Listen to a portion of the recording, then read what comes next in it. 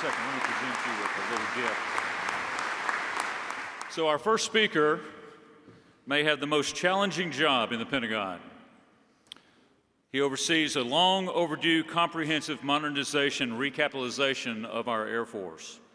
And as we all know, many of our Air National Guard systems need to be a part of that programming. Meanwhile, he must maintain our aircraft capacity to deter a series of advancing threats around this world. But Secretary Kendall appears to be the right man for the job. He has more than 50 years of experience in engineering, management, defense acquisition, and national security affairs across private industry, government, and the military. And he's here today not only to speak, but to also answer your questions. So get your questions ready for him. Without further ado, the Secretary of the Air Force, Frank Kendall.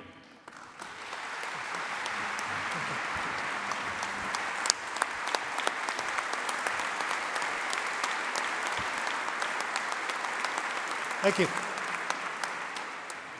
How's the mic in the back? Are you okay? It's great to be with you. And the very first order of business for me is to thank you for what you do for our country, and in the case of the Guard, for our states as well. It's an honor to be here with you. It's an honor to share some time with you. I think I've got about 45 minutes. And what I'd like to do is talk for some part of that. I'm not sure how long yet. We'll see how it goes. And then give you a chance to ask me some questions. What I thought I'd try to do today is to provide some context from my perspective, and maybe from the Department of Defense perspective, of what we're trying to accomplish right now with the Department of the Air Force, at least, and more broadly under the National Defense Strategy. The origin of this story actually goes back quite a while, and I'm going to start in the middle. I'm going to start in 2010. I came back to the Pentagon after a 15-year absence in 2010. And I started looking at the intelligence associated with China's modernization program. And I realized immediately that China was aggressively investing in the ability to defeat the American ability to project power in the Western Pacific. There was no question that the collection of things they had embarked upon acquiring almost 13 years ago now were designed very specifically to defeat our ability to project power. If you go back earlier in the story, I was in the Pentagon. I was a director of tactical warfare programs in the Office of Secretary of Defense when the first Gulf War occurred. And it was part of the after-action report for the first Gulf War. And we demonstrated in that case a level of conventional military capability that was completely unprecedented. We took the combination of stealth, precision fires, wide area surveillance systems, and networking, and we demonstrated them in a combined arms joint force that was dramatically more effective than any military had ever been before. And we didn't realize when we went into that conflict how effective we were going to be. We thought we'd have 10 or 20,000 casualties, and we had a couple hundred. It was a dramatic demonstration of military dominance. And of course, this occurred shortly after the Cold War ended, and we went on from there to a 10-year period of feeling very comfortable about our military capabilities relative to anybody else. And at that time, China was not really a serious competitor. So when you come back, 10, 20 years later, things had changed pretty dramatically. China had acquired a lot of wealth, they'd acquired more ambition, and they were pursuing their goals, very aggressively. Again, that was 12 plus years ago. So I'm back in the Pentagon. I've been around for a while, and one of the things that I bring to the table is 20 years of Cold War experience.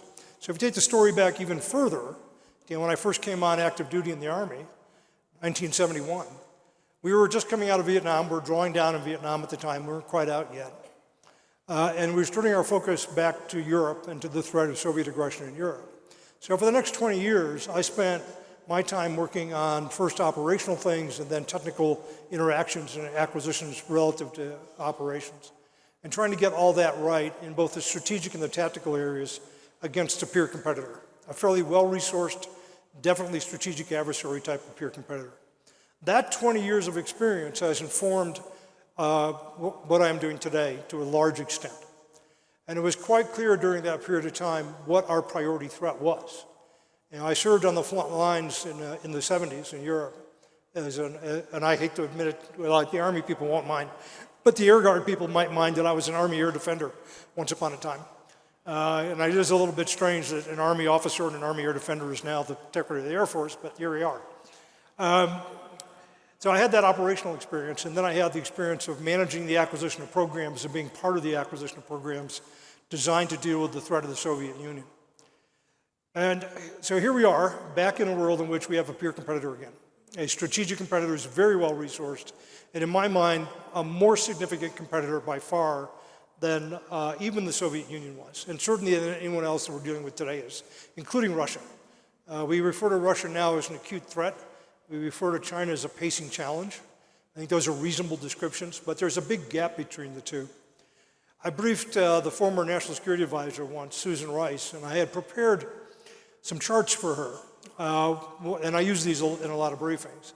One chart was a large poster-sized chart of all the modernization programs being undertaken by China. And it was dense with programs. There were a lot of programs in each of the warfighting areas that they were concerned with. And at some point, I've been taking this around to brief the threat to people, and I said, let's build the same chart for the United States. So we did. And the difference was, in the first chart that was brought to me, the example that was brought to me, or the prototype, if you will, was in very large font compared to the Chinese chart. And the reason was they tried to fill up the paper of the poster size display. I said, no, put it in the same font, because I want to make a point with this. And the point I wanted to make was that we had nothing but white space on our chart. China was dense with new programs they were filling. Now this is well back, right? This is several years back. Come back to this time I'm in government, and again, I've kept up with the intelligence while I was out, but I've looked at what China has done just over the last 2 years, and they're continuing to invest aggressively. And again, it means to defeat the United States' ability to project power. But they're also doing some other things. They're expanding their nuclear force dramatically. They're going from a state that had a very small, few hundred warhead nuclear force, clearly designed as a second strike set of capabilities, as the US, by comparison, has several thousand nuclear warheads, limited previously under the INF Treaty to 1,500 or so fielded warheads. And Russia had an arsenal similar to ours, right? But now China is acquiring one that appears to be headed to be at least at the same level as the United States and Russia. So we will be moving into a tripartite nuclear world, something we have never had before, and we're going to be doing so with a country which has no experience living in that kind of a world. And I think that's very worrisome. The other thing that's happened more recently, one of the other things, is the fractional orbital bombardment system that China demonstrates. It's been in the press, and basically they've put an object into space that went around and then demonstrated that it could come down as either a nuclear or conventional hypersonic glide vehicle and hit a target anywhere on the planet effectively. This is an aggressive competitor that we have. China's ambitions obviously are local, but they're also global. They're obviously, and very high on their list of priorities is Taiwan, but they're trying to also assert sovereignty over the South China Sea. They're basically trying to develop a global presence, including international bases around the world. They're using their Belt and Road Initiative to try to get economic influence over other countries. And they're trying to push a system which is very adverse to the system that we helped establish, we led the establishment of after the Second World War. An international rules-based order, basically, in which countries could interact with each other, in which aggression was not something that was acceptable. And for a long time, it looked as if we were going to have a world in which aggression did not occur, until a year and a half ago or so when Russia decided it was time to invade the Ukraine. So we've had a very visible wake-up call that these sorts of things still do happen. But it's quite clear from the intelligence we have and other indicators that China has a very significant goal of regaining, if you will, or of acquiring control of Taiwan through military means if necessary. Now I'm asked, often, why is that of concern to the United States? The scenario that I've been worried about since I saw what China was doing in 2010 is one in which they basically put us in a position where we have two choices. We can not intervene and let them do what they want, or we can intervene and lose. Some of you from the Air Force side of the house anyway are familiar with General Brown's phrase, accelerate change or lose. This is what he's talking about when he talks about losing. And the world we would live in after either of those things occurs is not a world that I would prefer to live in. The goal of the game, of course, is deterrence. Our strategy, our national defense strategy, is built around the idea of integrated deterrence. And that means that working with our allies, and I want to call out General Gerhardt, who's here, who just did that terrific demonstration with the Guard as major participant in Europe, Air Defender 23.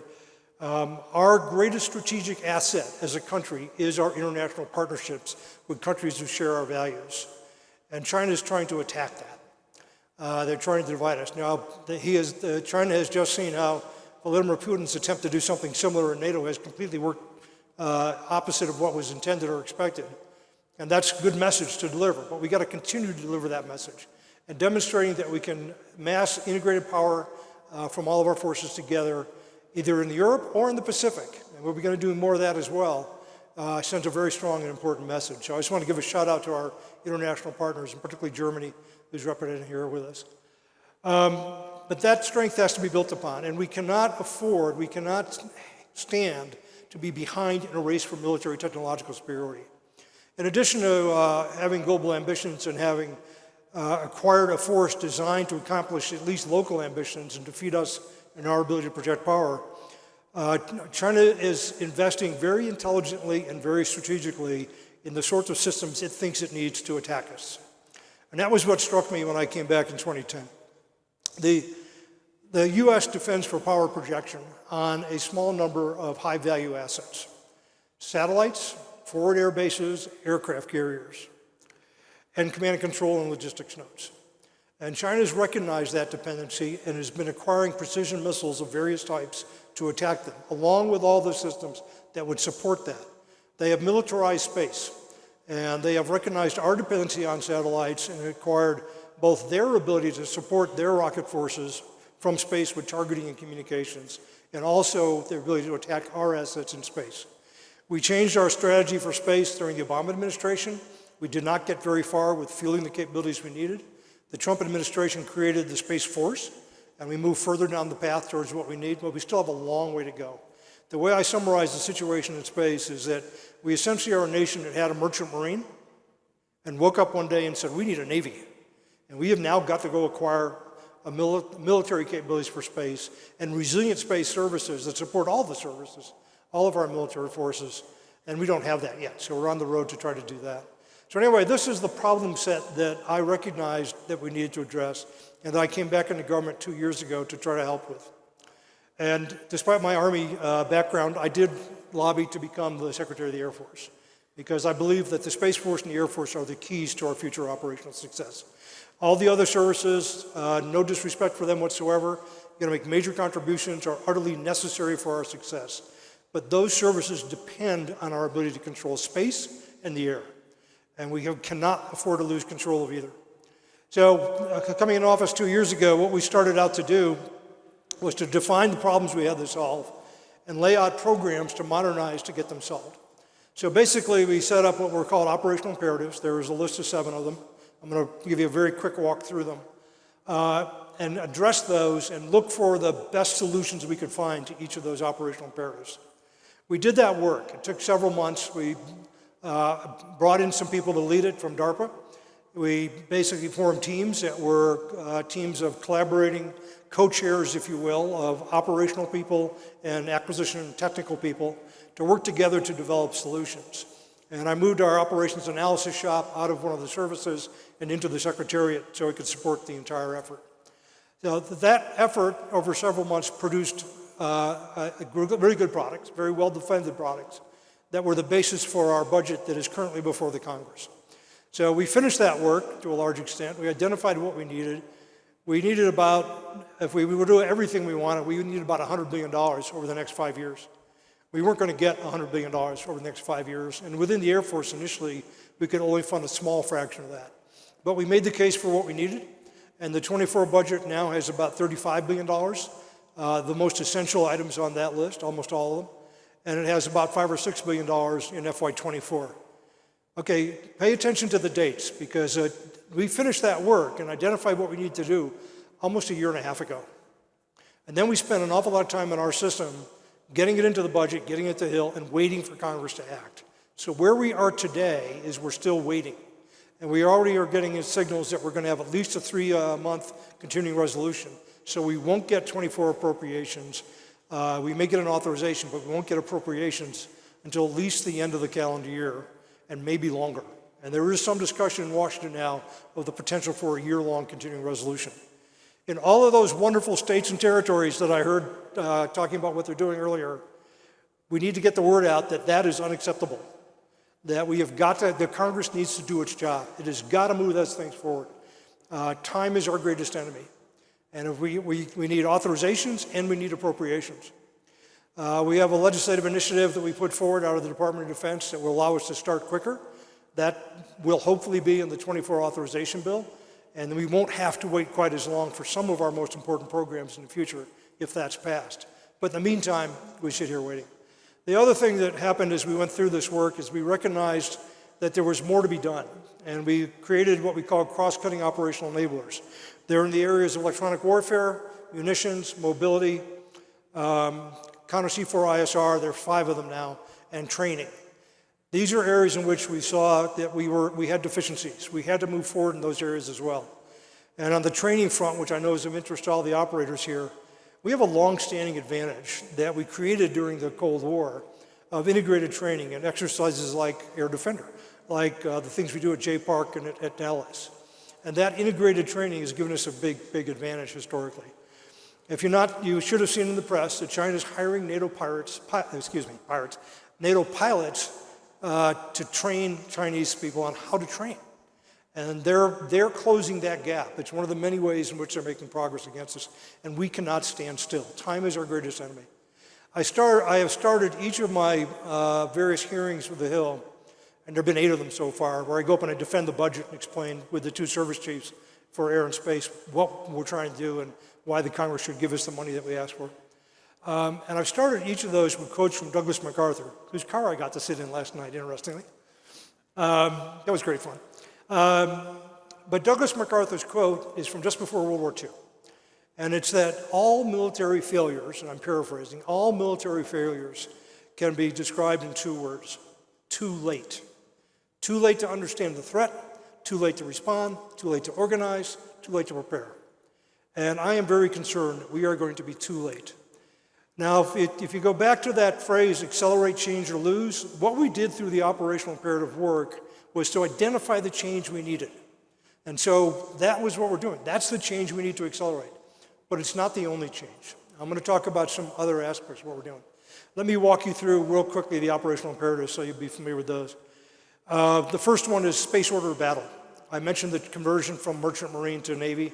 We've got to get our space order of battle right. We've got to redesign all of our architectures so they're more resilient, so they're survivable against attack and can function under duress. We've also got to acquire the weapons we need, the counter space capabilities we need, because the other side is already militarized space and has things in orbit that threaten all of our forces today. If we can't deal with the Chinese satellites, we should stop buying almost everything else we're buying. We're going to have a really big problem. The next one is about getting our integrated command and control right and taking advantage of what technology provides there. The big rubric is JADS, Joint All-Domain Command and Control. And I've organized that for the space and the air forces into a single program office. We're aligned with a position the Secretary of Defense, the Deputy Secretary of Defense has created to do oversight of the joint aspects of that. And we're working very closely to try to bring all that together, identify what we're really going to do, where the payoff is, and get it in the hands of warfighters.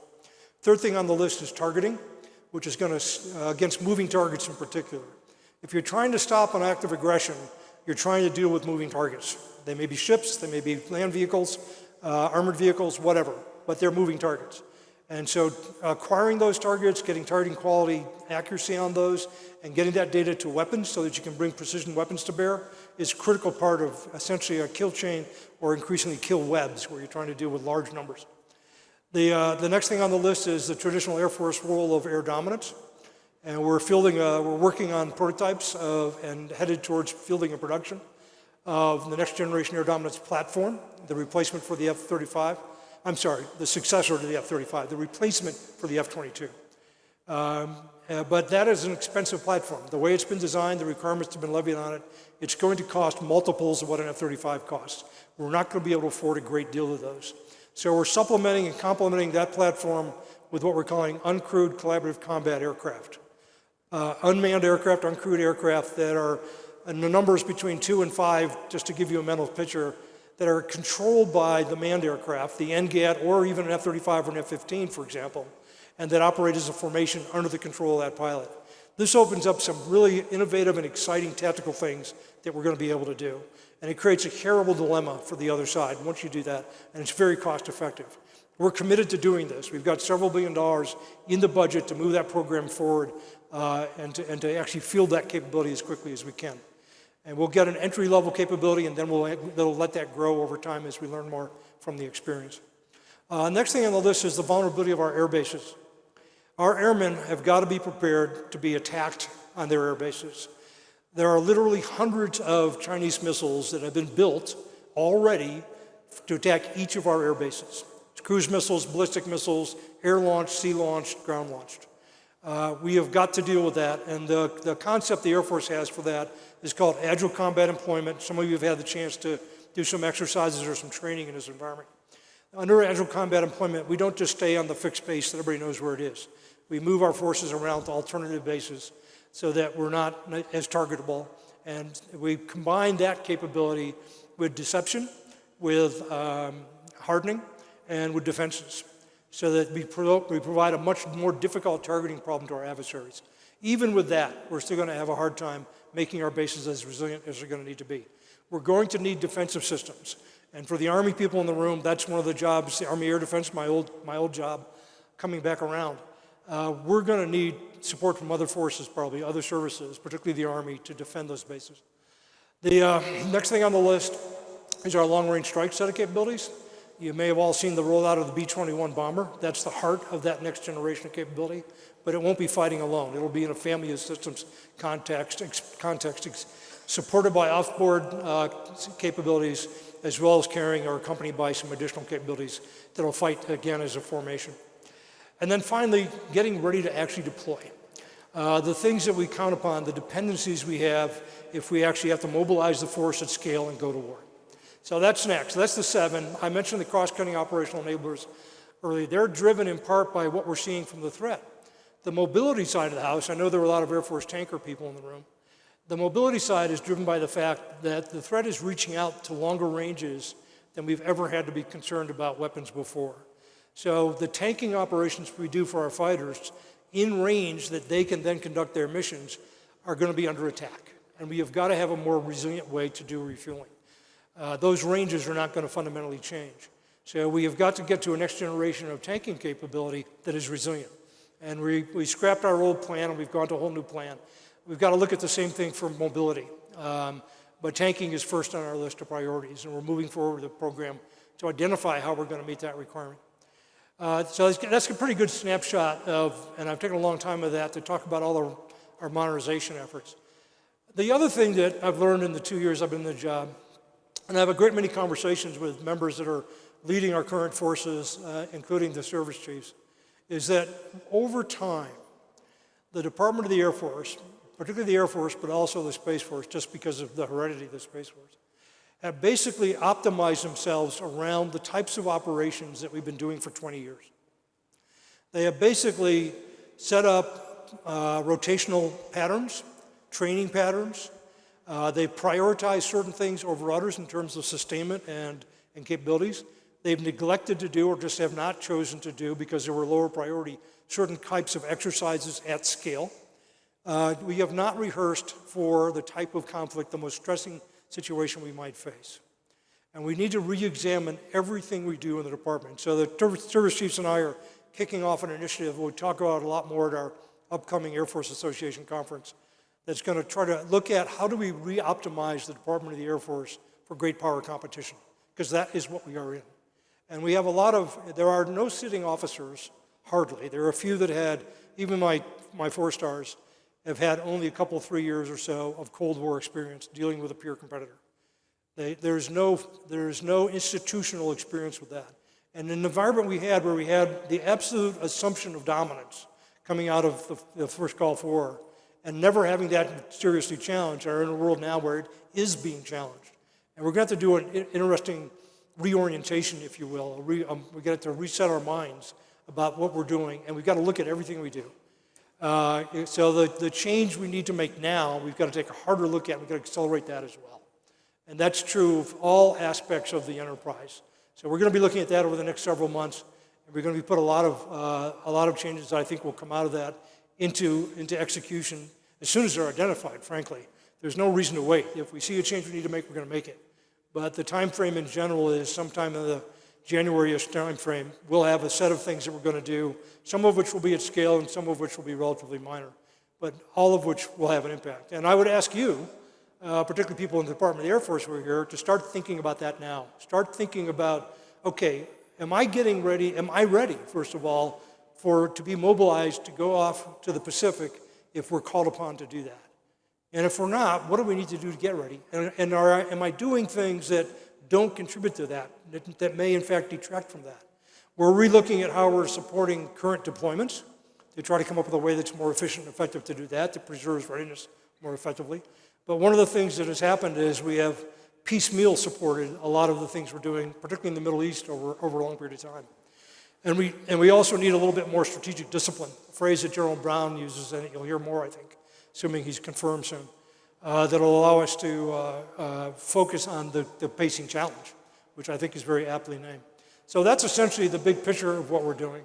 The last thing I'll mention, I think, is how much I've come to appreciate the National Guard. My background was active duty, regular Army for about 11 years, and then about 20 in the reserves for the Army. So I have a fair amount of experience with that component, at least on the Army side. I have not worked as part of or in the National Guard, but I've gotten through. Mike Lowe's been a great teacher. Dan Hackinson back here has been a great teacher. Where are you, Dan? So I've had a chance to learn a lot. I've had a chance to visit a lot of your units, and I'm deeply impressed. The first thing that I was disabused of, it was a very early meeting, was about your level of readiness all the time. You're a much more ready force than I assumed. And it shows in the deployments you're supporting. It shows in when you do something like Air Defender 23. I'm deeply grateful for what you do. Your professionalism is amazing. You also have a lot of team spirit, I noticed. Yeah. I saw some of that, yeah.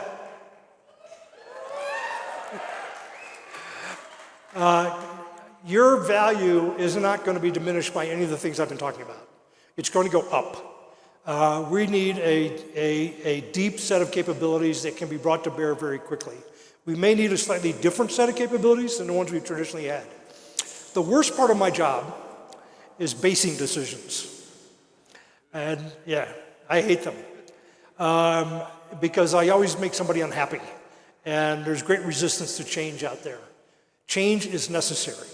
That change, we have to accelerate change, we have to identify it, we have to make some changes. We're going to have to let go of some of the old things that we've had that are increasingly obsolete. I use the phrase sometimes as we're looking at budget decisions, does it scare China? And if it doesn't scare China, why are we doing it? You know? And so we have to look at our assets in that regard. We try in the Air Force very hard to protect the units that we have, because the people are really the value structure that we have. The people are much more important than the equipment is. And so when we look at what to do as we modernize and we change the mix in the force, we are trying to retain the same kind of capabilities that we have already, where we can. For those of you who are fly, we're going to try to replace a flying mission with a flying mission. And then if we can't do that, we're going to replace with a high-value mission that will be enduring. All of you, and I think I can say for the Army Guard as well as for the Air Guard, are enormously valuable to us. And we want you there doing your jobs and being part of our overall one team. But there are going to be some changes we're going to have to make if we're going to be successful in this competition. The strategic competition with China isn't going to end anytime soon. It is going to be with us. I think my career is kind of coming to its twilight. Some of the gentlemen up here with me are probably in the same boat, but not as close as I am. Many of you have longer to go, and the people that are in your units have a long time to go. You're all of us, every one of us, I think, is going to be dealing with this problem for the rest of our careers. China's not going to go away. Whatever happens with Taiwan will happen with Taiwan. China will still be there. It will still, in all likelihood, have an authoritarian form of government that is antithetical to the values that we hold dear. And it will be a threat because of that. And the U.S. will still be here too. And we will have to defend ourselves and protect our interests and do that with our international partners. So we are an essential part of maintaining the stability, the security of the United States. You're an essential part of that, and you're going to be for the foreseeable future. I think the generation that is inheriting what we are providing to them, what my generation certainly is providing to them, is going to have a very serious challenge on its plate. A number of them, a lot of them, of which the threat of China is just one. I know those people are up to it. One of my most pleasant things to do on the other end of the scale from basing decisions is to go out and spend time with our people, particularly our young men and women who are out there operating every day, trying to be as good as they can possibly be at what they're doing, and who have great professionalism, great dedication, great commitment to the country. And I'm deeply proud and humbled and honored to be a part of some of that team. So I'm going to stop there and take your questions. Thank you very much.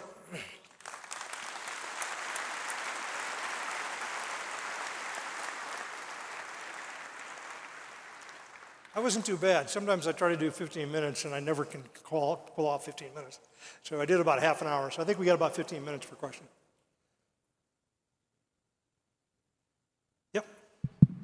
Secretary Kendall, Colonel Matthew Giles, National Guard Bureau, Space Operations. Sir, I oversee the portfolio of all of our space units underneath the Air National Guard. And China is my concern. I've studied them. I've read the RAND studies. I know that we do not have the capacity in the Space Force to get after China.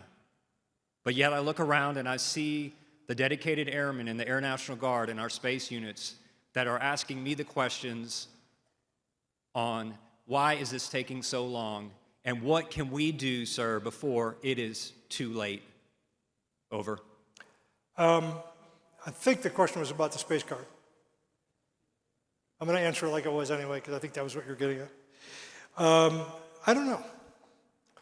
I think part of it is because the Space Guard units that we have are actually Air Guard units that are doing space missions.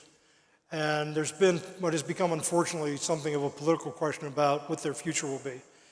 The position of the Department of the Air Force and the Department of Defense is that those units are of great value, and we want to keep them. They do jobs that are essential to our success in space. So they're not going anywhere. The organizational arrangement right now has them as part of the Air Guard, and there's been some inertia about that because there's resistance, and I think understandably, to creating a large new Space Guard with all the bureaucracy that goes with a new, similar to the Air Guard and the Army Guard, that would be have a lot of overhead and costs associated with it. It's not necessary to do that. There are ways we can have a Space Guard that don't do that. So we were having a conversation with, I've had many with General Saltzman on the Space Force, as well as with General Raymond, and we were having some at lunch with General Haakonsen and with General Lowe about this. We think there are ways that we can move forward.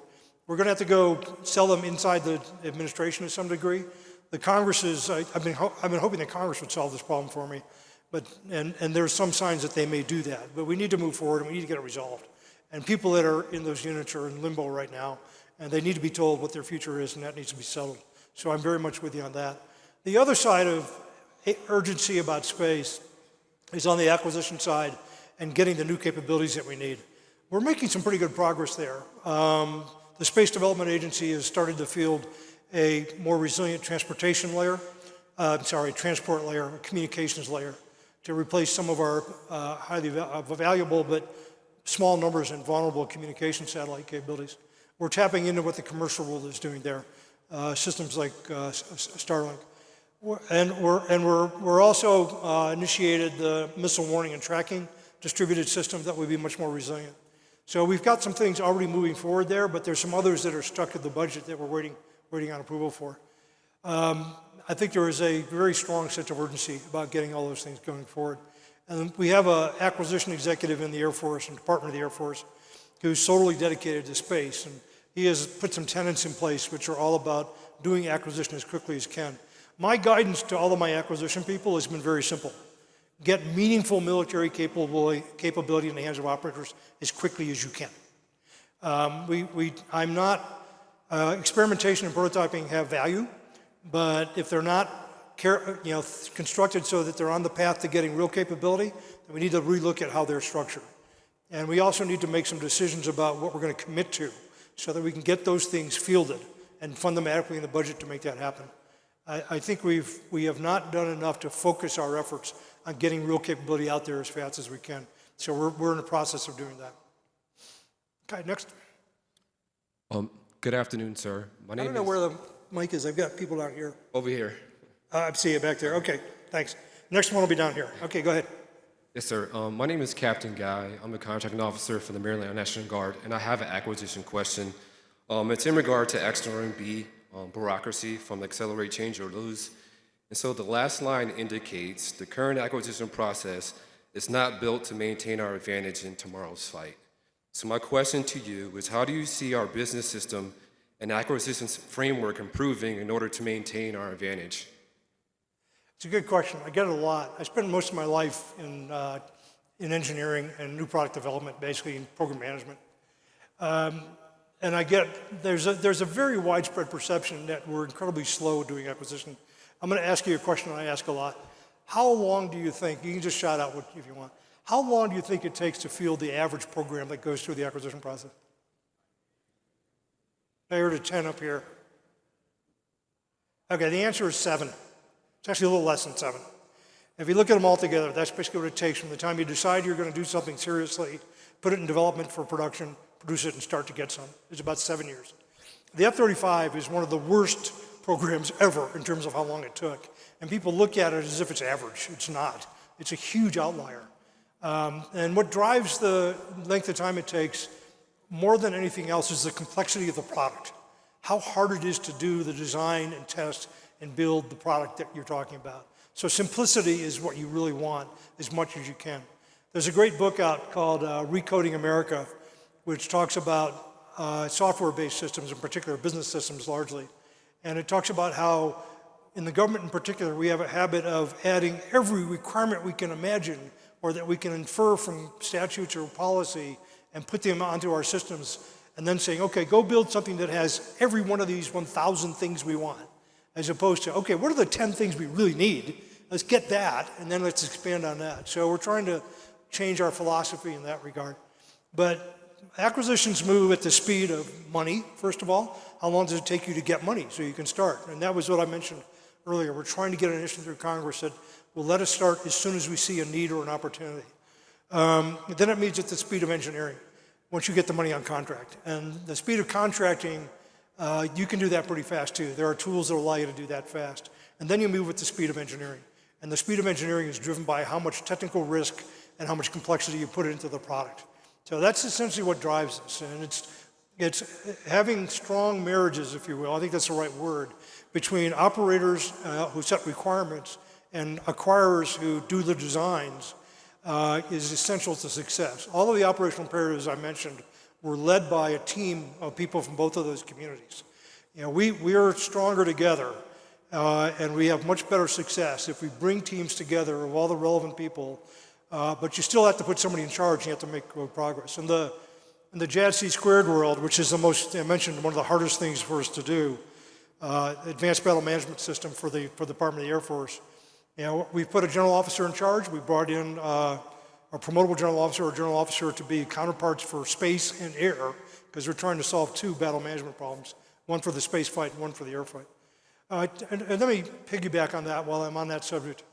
One thing for you to get clear, I think, as I talk about the threat and the kind of fight we're going to be in, is what I am concerned about is what would have historically been referred to as a decisive battle. And for the air people, or for all of us, when you think about D-Day, that was a decisive battle. We were going to get ashore, or we were not.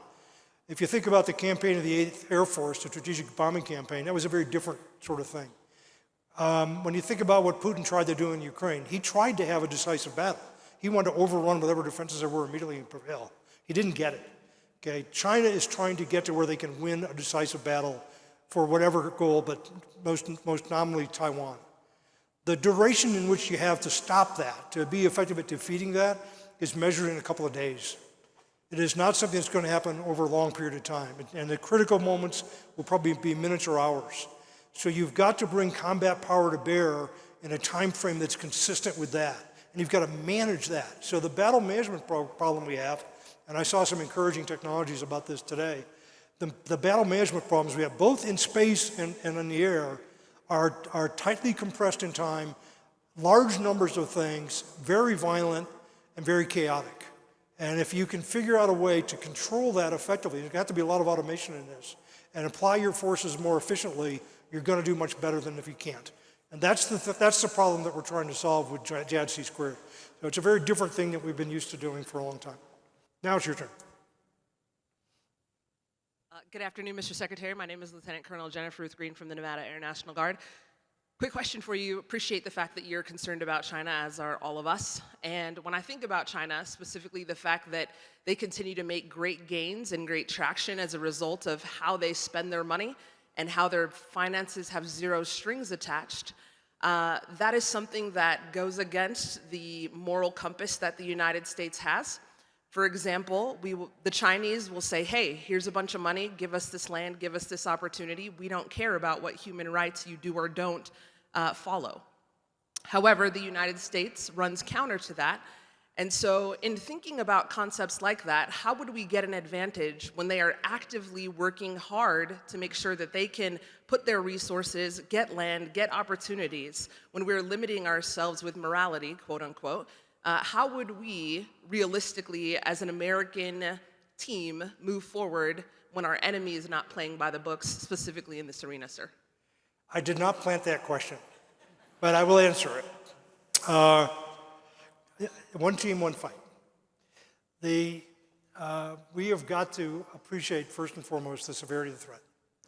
And then we've got to be willing to accept changes that move us in the directions you were describing. I gave my first AFA speech 2 years ago, and I used, I think, an example of the Chinese military, the PLA Air Force, was trying to retire some airplanes in Fujian province in order to free up resources to buy J-20s. And the governor of Fujian province and the senators from Fujian province were adamantly opposed to that, and were going to hang on to their J-10s. I cannot imagine that ever occurring. You get the point.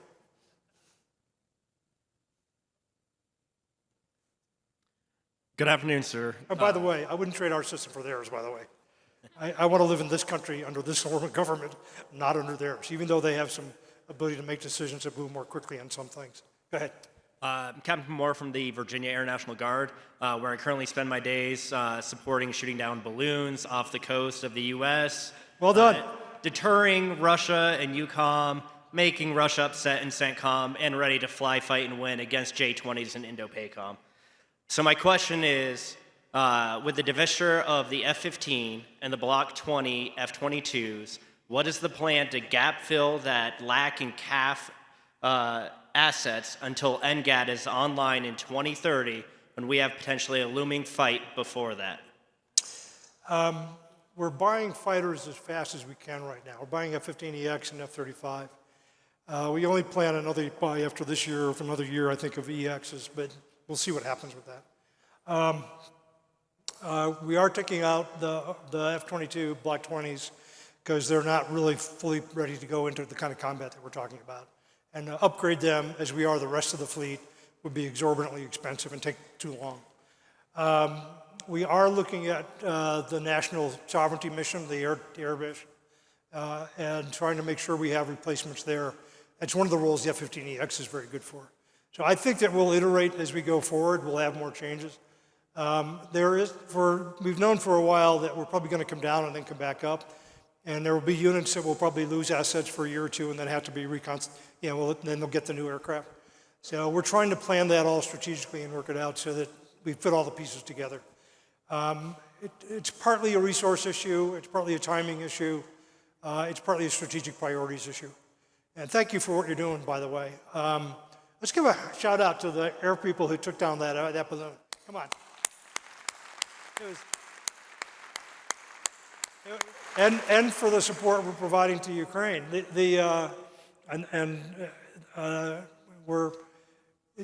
could spend a lot of time, and I could talk quite a bit about what's happening over there, what we're learning from it. Many of you are closer to that, perhaps in some ways, than I am. these other problems aren't going away. So while China is, again, the pacing challenge and the real strategic imperative that we have to worry about, Russia is not going to go anywhere. Iran and North Korea are not going to go anywhere. Terrorist groups are not going to go anywhere. We're still going to have to deal with all of them. So we're going to have to make some painful choices, and we're going to use our partners as much as we possibly can while we do the things we have to deal with the pacing threat. Let me give you a little word problem, I guess, or thought problem to consider. Imagine that you're in 1940 and you're contemplating whether it's likely that the Japanese will attack Pearl Harbor, launch a surprise attack on the United States and attack Pearl Harbor. I imagine that you would probably say that that is not very likely. Imagine now that you're in 2023 and you're thinking about whether the Chinese are going to attack Taiwan or not. To me, that is a much more likely thing, and I think there's a very real probability that that will happen. And then that chain of consequences that I talked about earlier will happen. We really need to recognize the strategic threat, and we need to make what are going to be hard, disciplined decisions to focus our efforts on being prepared for that, independent of what happens to Taiwan. Okay, right here. Hello, sir. Lieutenant Wagner with the Arkansas Air National Guard. I was a part of the first officer class with the ACE initiative and the security forces. And as I follow the Russia war on Ukraine and the effectiveness of the unmanned aircraft systems, when you look at cruise missiles, there's not a lot a security forces officer could do about that. But is there a plan for mass training on UAS and counter UAS for multi-capable airmen moving forward? Good question. The major effort we have is the Uncrewed Collaborative Combat Aircraft Development Program, right? So what we're recognizing is that this is going to be a major change for the force structure somehow. I gave out a planning figure last spring of, just to give people a sense of what we're talking about, of 1,000 CCAs as what we might put initially into the force structure. There's a number that I know that I don't think I can give you, but we're going to be started well down that path by the end of the 5-year plan. We're going to move quickly on CCAs. They're relatively simple products, they're by comparison. But we do have a lot to learn about how to put them into units and how to sustain them and how to operate them tactically. So in parallel with the baseline program to do new product development, we're acquiring some current unmanned aircraft, uncrewed aircraft, to use in operational experimentation. And we're also acquiring using some test assets, some F-16s, which are optionally manned, to develop some of the autonomous technology that we're talking about. So all of those things are designed together to mature and reduce the risk of actually fielding those capabilities. On the defensive side, we're continuing to look for technologies that will deal with those threats. The types of UAVs that we've been worried about in the Middle East, for example, are not, or even in, well, that's not 100% true, but against ISIS, they really came out of the battlefield with ISIS. Relatively short range, commercially developed things that were modified. We're seeing much longer range things being used in first Nagorno-Karabakh and now in Ukraine. And they're also being used in the Middle East. They're being produced by some of the people that we worry about and some of our friends who are selling them. So we've got to deal with those threats as well. Some of them look more like airplanes and can be engaged with traditional air defenses. Others have different characteristics. They all tend to be relatively inexpensive. So shooting really expensive missiles at them is a losing game from a cost effectiveness point of view. So we need a mix of hard kill and soft kill capabilities to deal with that threat. We're probably going to need units. We already have some that are intended to take on that threat. This area, both the CCAs in particular, because we're going to put a lot of them in the force structure, and they're going to be at scale. We're going to have units that operate them and maintain them. But also areas like cyber, battle management, counter UAS, and ISR, intelligence, are all areas that we're going to need more capability in. So, and these are enduring missions, so they're going to be with us for quite a long time. So some of the changes we'll be making in the Air Guard are going to be to give us more of that kind of capability. And it's a national priority to get them. It's really important for the future fight. So we're looking for some flexibility as we contemplate those things. Thank you. It's a good question. Secretary Kendall. Good afternoon. This is Lieutenant Colonel Martin from Nation's First, Massachusetts. My home state. There you go. Shifting gears just for a second, think a little more 30,000 foot level. Thinking about the DIME model of instruments of power. And as you said, what really drives China's success is their economic instrument of power. Just hypothesizing for a second that we're somewhat on par with diplomatic, military, and information, how can we change the paradigm and exert force with them on the economic instrument of power? I think if I got the question right, you're about the paradigm on the information warfare front? No.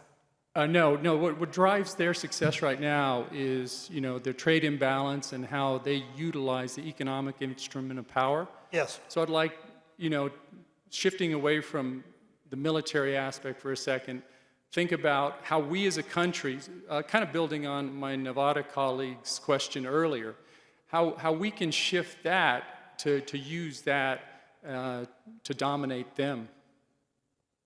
First of all, I think it's Nevada.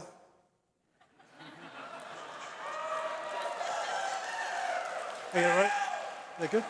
Okay. Not to give you a hard time.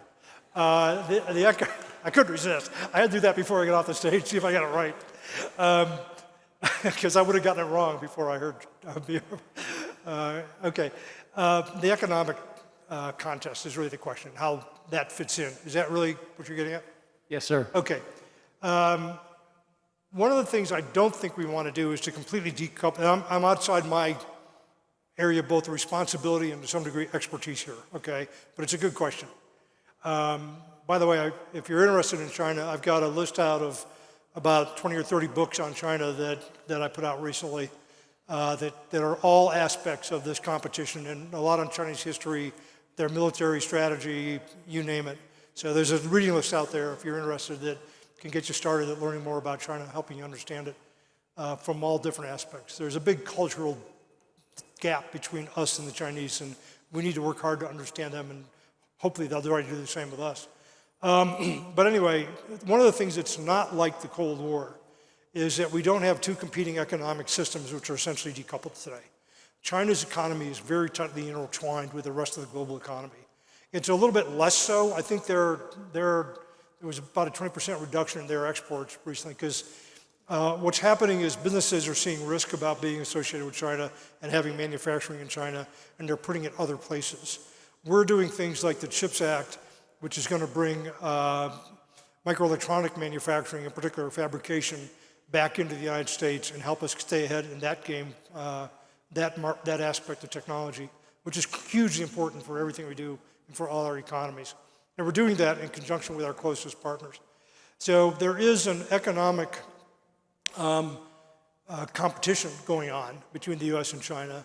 There are people who think it's going to lead to a decoupling. I think that's not a good idea because I think that the fact that they depend upon the rest of the world is a good thing for us, gives us a lot of leverage.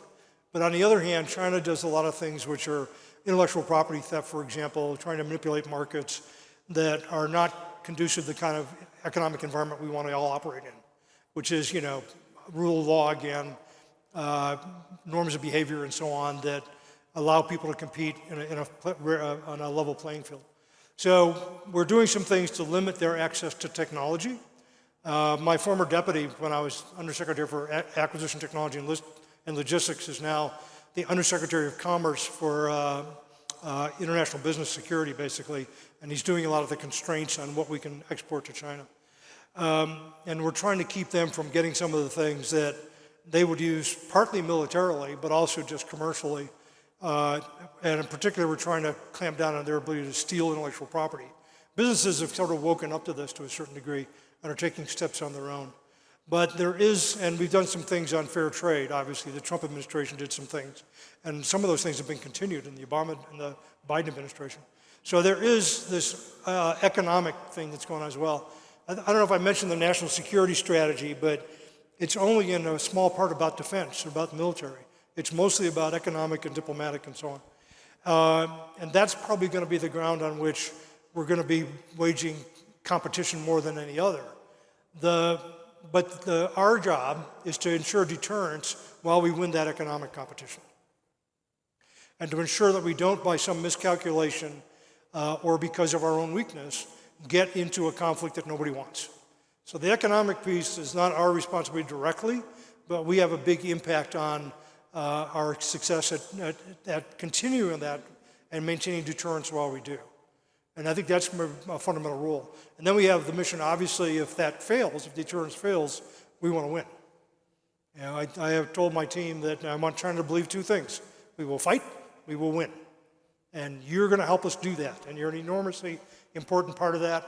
Again, I'm very grateful to have the chance to speak with you. To my former Army colleagues, it's great to be with you as well. It's good to have a chance to talk to you. And to my Air Force people and Space Force people, thanks for all of you for what you do. You're an enormously important part of our one team. And I'm, again, very proud and humbled to be associated with all of you. Thank you. Yes, sir. Just one second. Let me present you with a little gift.